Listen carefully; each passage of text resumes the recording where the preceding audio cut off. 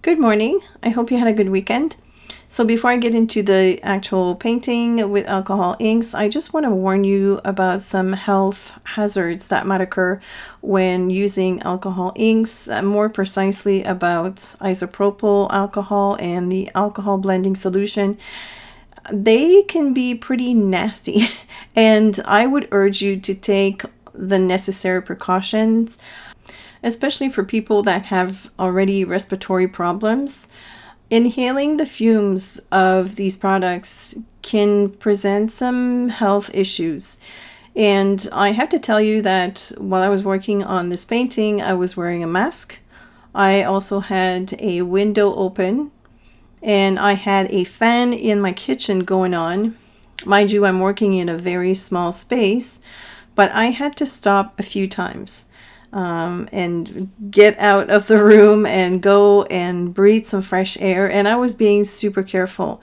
I was manipulating a hair dryer, and so of course that kind of moved the fumes even more, and maybe that's why I felt the effects more. But regardless, I would hate for you to use these products and not be warned in advance. And I know that this might go against what I'm showing you right now, but please be careful. And you might want to go and do some research, look it up on the internet, find out what the specifics about the hazards are. I'm not going to go into details here, but I think it's very important to go in with a clear mind. And alcohol inks might not be for you. As I said, I know that it's quite damaging to people that already have respiratory problems.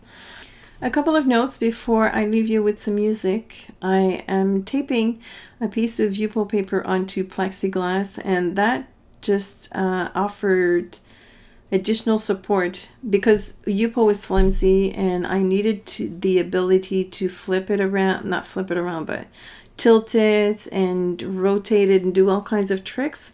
So that offered additional support. You don't have to use plexiglass. You can use a piece of glass. You can use metal, anything that's non-porous and that is rigid will work. And if you're using a hairdryer like I'm doing, make sure you're on the cool setting because yupo is plastic, and if you take heat to it, it will warp and you will never get it straight again. Also, the scotch tape that I used to hold the paper down is cheap. It's from the dollar store and it worked beautifully, and it left a nice white border all around the painting. I also want to mention that I'm not an experienced artist when it comes to alcohol inks. I'm still in the discovery stage. This time around, I used different methods. So I'm still learning. And of course, I've enjoyed the process. But just be aware that I'm sure I've made a few mistakes. So for those of you that are experienced with the medium, any suggestions would be welcome. And I have not done real-time commentary this time around because of the background noise that I was dealing with. So I'll be back at the end to talk about my experience. In the meantime, enjoy the video.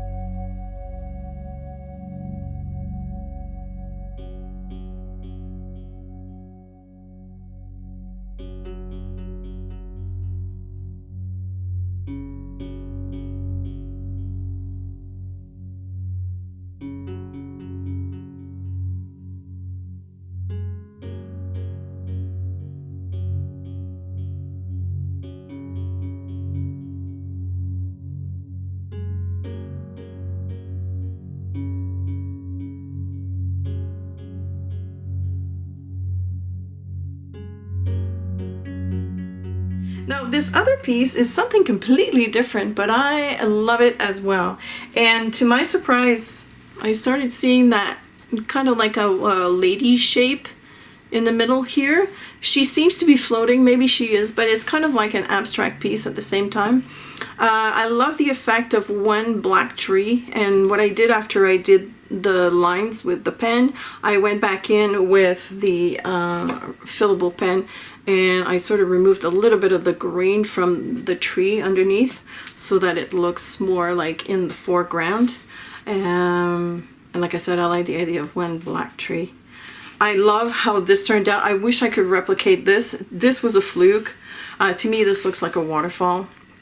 I love the sky. I love everything about it except these things, which I think I was probably trying to do something here and I forgot about it. I went to a different place and then all of a sudden it's like, oh, I can't really touch that anymore. But whatever, it's there. It doesn't